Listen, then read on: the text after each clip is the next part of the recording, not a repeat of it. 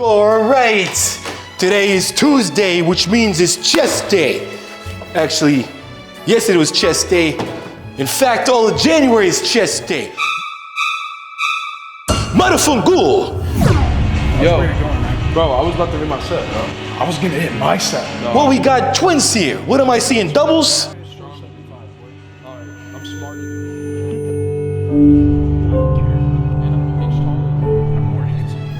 Double benches, double dudes, double titties. What is this, a double gum commercial? Yo, boys, can I get a bench?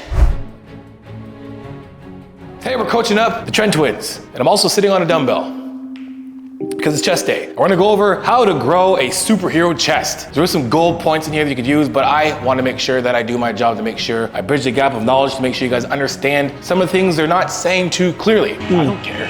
And I'm an inch taller than you. I'm more handsome than you. And my cock's longer than you. Mine's girthier. We're gonna show you guys our actual chest routine to maximize strength gains. Make sure you guys hear clearly. This video is how to increase strength gains, right? So the way they're training is to increase strength gains. I think personally, the chest is the best part of a physique when you have a shirt on, you know, because if you got the chest like rounding out and you can see it through a shirt, nobody's with you, right? No one. Except for somebody who can kick the shit out of you. UFC or something. And the best part about having big titties is if you wear a pump cover, bro, you don't even have to have abs. You could be fat and the chest is gonna give you that appeal. It's just gonna float. That all depends on how massive your chest is and how fat you actually are. So some of this info is, these guys are the best bros I've ever seen in my life. If you're me and Mikey, we like pushing strong, heavy ass weight. Because if you are pushing past your limits, you're trying to get stronger every time, progressive overload on a mainly bench compound. You're gonna force your chest to get bigger, stronger. The muscle cells are gonna become well-rounded. So basically what they're saying is pretty right. What you want to do is actually get in the gym and you want to train as efficient and as hard as you can while progressively overloading the weight, the reps, the length of the sets, and so forth. But they are right in a way that you do have to do that in order to build muscle. Now, does it have to be compound movements? Not necessarily, but it's a good start. Like type shit, you know. Like we've unlocked that 8 years of benching. We've unlocked this shit. If you can bench 4 or 5. 8 years, hold on a second. How old are these kids? I'm saying kids, like I'm old. I'm assuming they're like 22. 8 years ago, 16. Is it right?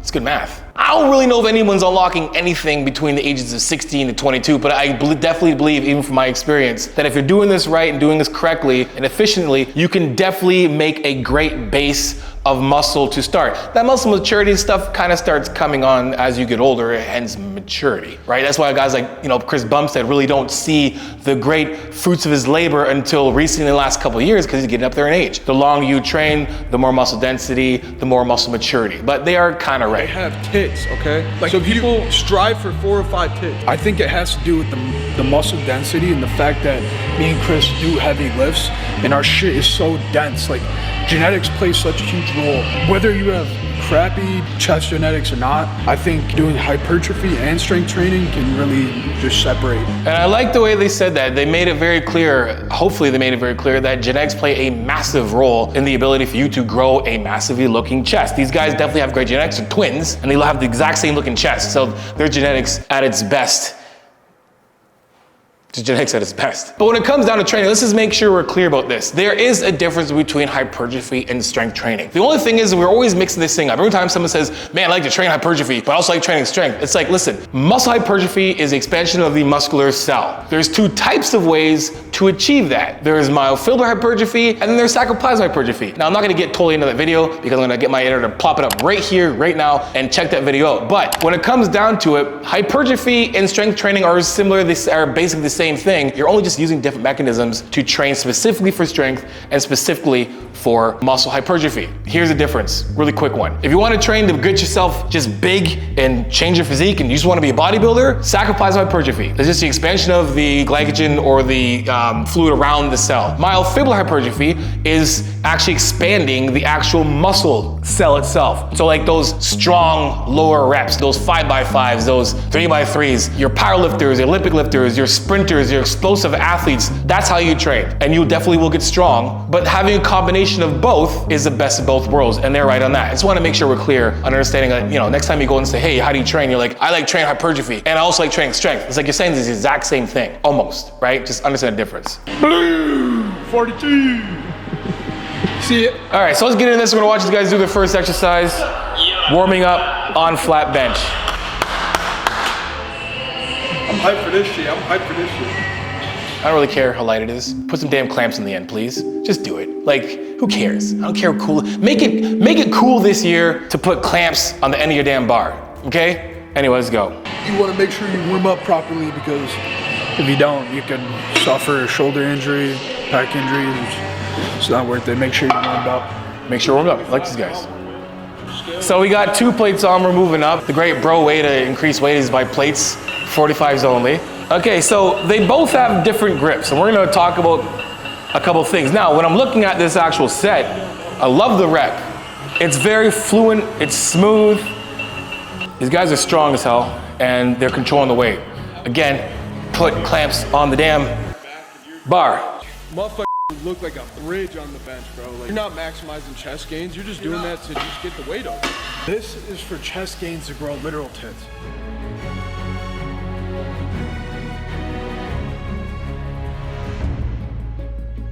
I like these guys. Hey, one more thing, guys. A lot of you guys are watching the video but not subscribed, so do your boy a favor and subscribe to the channel and hit the post notification button as well too, so next time I put a video, you'll be the first ones to get it. Hopefully by now you guys like the video, so hit the like button. Back to the show. So a couple things. I can obviously tell they're football players, definitely. By the way, they're benching themselves because that was how we were taught at a bench. We're not really out here when we're blocking or anything, we're really in the cylinder. Other than that, great tips. Again, when we're setting up, we do not want a huge arch in our back, right? You gotta understand there's a difference between doing something for, powerlifting meet or just actually just training your chest. So great, feet planted on the ground. Obviously your feet might come off the ground a bit, but get yourself down. Now if your bench is too high, go take some plates and shove them underneath your feet. Not a big deal. Take the time to do it, right? Now we're here, we're sitting on the bench. Line yourself up with the bench, right? We don't wanna be too far back like this, right? And we don't wanna be too far down so we have to pull this thing all the way here. We want it just above, right by the nose. So if we actually take this thing off, we're right there and we're not gonna hit the rack at all. Now, a couple things before we're actually setting up. Again, make sure we set these guys up here so that when you unrack this, you're not pulling it up from number one, you don't want it too high so we're like this and we're like, and then we're like, I've seen it, trust me, I've seen it happen a gazillion times. Set this thing up so you can literally, when you're in that position that your scaps are retracted, but I'll go over that in a second. When you're set into your lats, the feet, floor to core, glutes are engaged, core is engaged, slight arch in your back, shoulders are depressed. When you're here, then you should just be able to extend the elbows and come over. You shouldn't have to do an entire press to get over, and you also don't want to have to reach and then retract again. That's not what we want, right? So just go over this again. Very simple. When you're doing this, we're gonna be sitting on the ground here. We're set to go. Smack yourself in the face a couple times. Let's do this. Don't do that. We're setting yourself back. Replant our feet again. Get them in position. Now I'm gonna push through my feet a little bit so I can feel my glutes engaged because I wanna be tight here. I don't want my butt to come off this bench, right? So if I have to, I might move my feet under a little bit more. It's fine. Now from here, I'm gonna get myself steady where I'm looking right at this bar, and then I'm gonna get my hands, depending on what you wanna do, you can go wide if you want to. I would recommend getting yourself a little outside shoulder apart. Remember, I'm looking at the bench, this thing's right at my nose, right? I'm here. And then your hands can be, a little outside. Here's shoulder width apart. You can be a little outside shoulder width apart if you want. Use these little smooth parts as your markers, right? You can go like pinky on the smooth part, or you can go inside, or maybe ring finger, whatever. For me, I'm gonna go a little outside shoulder apart. So what I do is I get my thumb on the smooth, like right at the start of the rough part here, and I know I'm even from here, and then, right, that's where I wanna be with my hands. So again, from here, from floor to core, all the way up, engaging the glutes, arch it back a little bit. I wanna roll my shoulders back and away from my ears, right? Scapular retraction is good, but sometimes when we say scap retraction, we end up doing this. And we have retracted our scapulas, but now we're here and we're congested. So, taking that same cue, retract the scapulas, but think about rolling your shoulders back and away from your ears, depressing your shoulders so you feel your lats. Before these guys go down, you see him kind of like this, doing a front relaxed position. He's engaged his lats. He's depressed his shoulders. So when he sets himself up, he's here in place and his shoulders are depressed. So now we're here and depressed, we can just sit here and we can just basically extend the elbows and then we can start from here. Now, when it comes to hands, I don't know which twin it was, but don't do this, right? Don't do the thumb out like this. Because it's gonna get in the way, maybe not for most people, but like, I see people do this all the time, and this is not where you want your thumb to be. I don't really care when anybody says, I will argue until I'm blue in the face. Like I said, I'm only halfway there. I wanna be either your best bang for your buck being safety, wrap those mugs over, man. Grip the damn bar. Grip this thing and hold it. You see where I'm at with the metal parts going across this thick part of my hand, right? So if you were gonna do like that little monkey kind of grip or whatever like this, it's sitting on that thick part of the hand, not back here, so it's effing up my wrist and that really hurts. Your best bang for your buck and safetiest thing to do is to literally just grip the bar. Don't do anything fancy. Like if you wanna do this, man, I don't recommend it. I do it sometimes from the Smith machine, but regardless, even when I do it, I'm just admitting that is that here, oh yeah, and then, oh, you slip and then you have a freaking gym fail, then you're the next guy in the gym effery compilation videos, right? So, grip the bar, grip it. For safety, optimization, grip the bar. Boom, from here, open up, and then lowering the bar down. Remember, shoulders, wrists, fists, and elbows are going to stay under the bar on the way down, and then we're pressing up, just like that. And remember, when we're pressing, the way these guys are pressing, doing a great job of it, think about pressing yourself into the ground, not pushing the bar off your chest.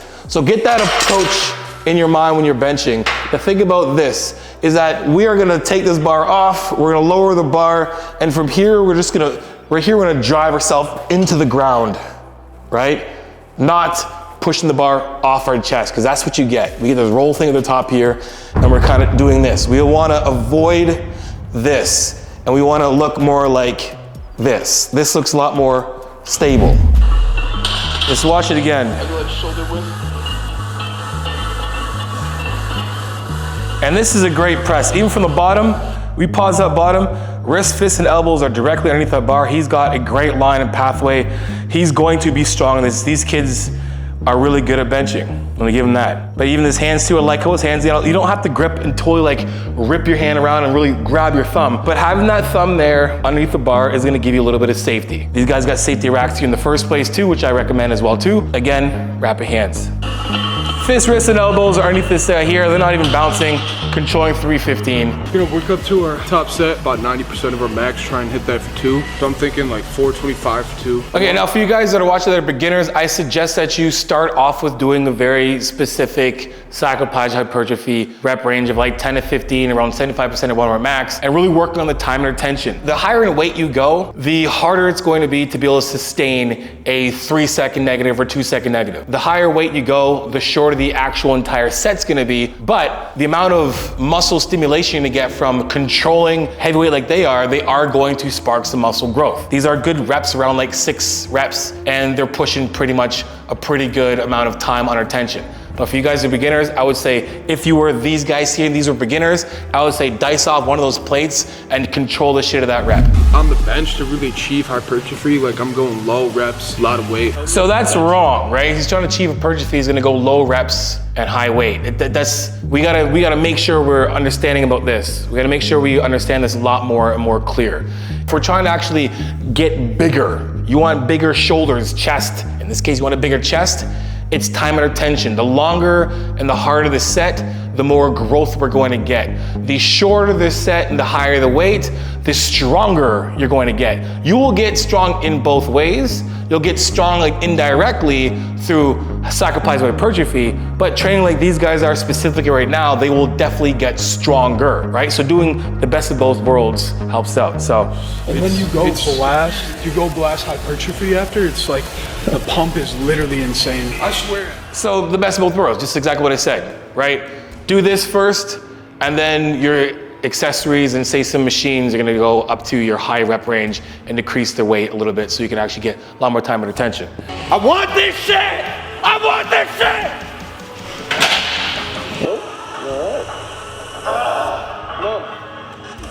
Oh, it's strong.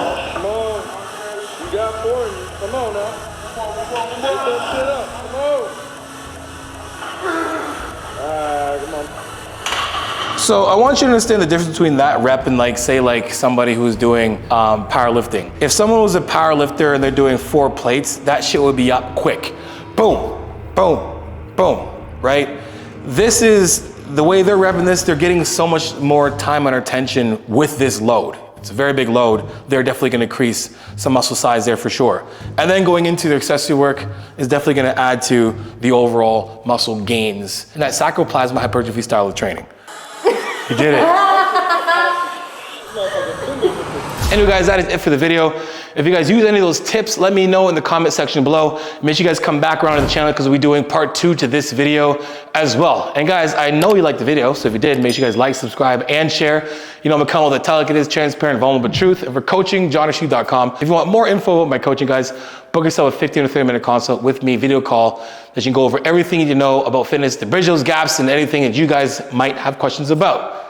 Anyway guys, make sure you description below for those discount codes and promo codes that save life or change life for the better, like Johnny10 for 10% off BlueStarNutraceuticals.com. I'm on Instagram, TikTok, Snapchat, Facebook, the works. Add me. Send me your progress pics or training pics, any video clips, and I'll repost it for you, because you know how it is. Iron sharpens iron, progressive overload your life. In the meantime, keep dream chasing. Peace.